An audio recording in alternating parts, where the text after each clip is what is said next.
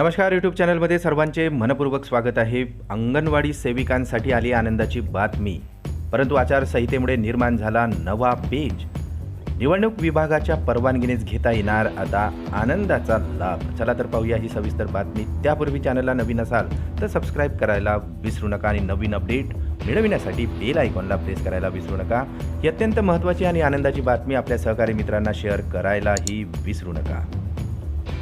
अंगणवाडी सेविकांसाठी आनंदाची बातमी समोर आली आहे, परंतु आचारसंहितेमुळे एक नवा पेच निर्माण झालेला आहे। अंगणवाडी सेविका आणि पर्यवेक्षकांसाठी शासनाकडून सुमारे 4000 स्मार्टफोन उपलब्ध झालेले आहे। मात्र निवडणूक आचारसंहितेमुळे मोबाईल वाटपाचा पेच निर्माण झालेला आहे।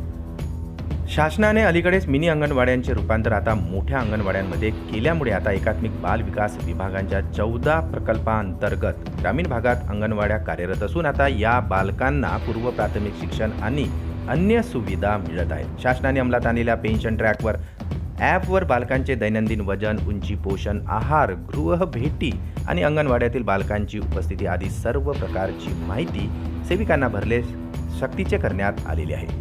परंतु अनेक वापरात असलेले स्मार्टफोन आता जुने झाल्यामुळे माहिती भरण्यास अडचणी येत आहेत। त्यामुळे आता अंगणवाडी कर्मचारी संघटनेच्या मागणीनुसार शासनाने स्मार्टफोन देण्याचा निर्णय घेतलेला आहे। नुकतेच ग्रामीण भागातील अंगणवाड्या महापालिका नगरपालिकांच्या नियंत्रणाखालील नागरी अंगणवाड्यांतील सेविका आणि पर्यवेक्षकांसाठी शासनाकडून सुमारे 4000 स्मार्टफोन प्राप्त झालेले आहे। मात्र आता लोकसभा निवडणुकीची आचारसंहिता लागू झालेली आहे, त्यामुळे आता फोन वाटप करण्याचा नवा पेच निर्माण झालेला आहे।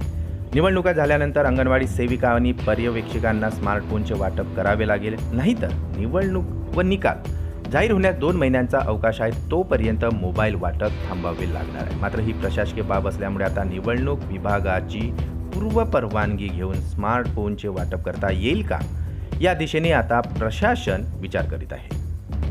निवडणूक आचारसंहिता लागू होण्याच्या काही दिवस अगोदर जिल्हा परिषदेकडे स्मार्टफोन प्राप्त झाले आहे, त्यामुळे आता तुर्तास अंगणवाडी सेविका व पर्यवेक्षकांना ते वाटप करता येणार नाही आणि त्यासाठी आता निवडणूक विभागाची परवानगीच घ्यावी लागणार आहे। त्यामुळे आता निवडणूक विभागाच्या परवानगीनेच या आनंदाचा लाभ पर्यवेक्षकांना आणि अंगणवाडी सेविकांना घेता येणार आहे। पुन्हा भेटू आमच्या यूट्यूब चॅनलमध्ये नवीन अपडेट्ससह। तोपर्यंत आनंदी रहा। नमस्कार।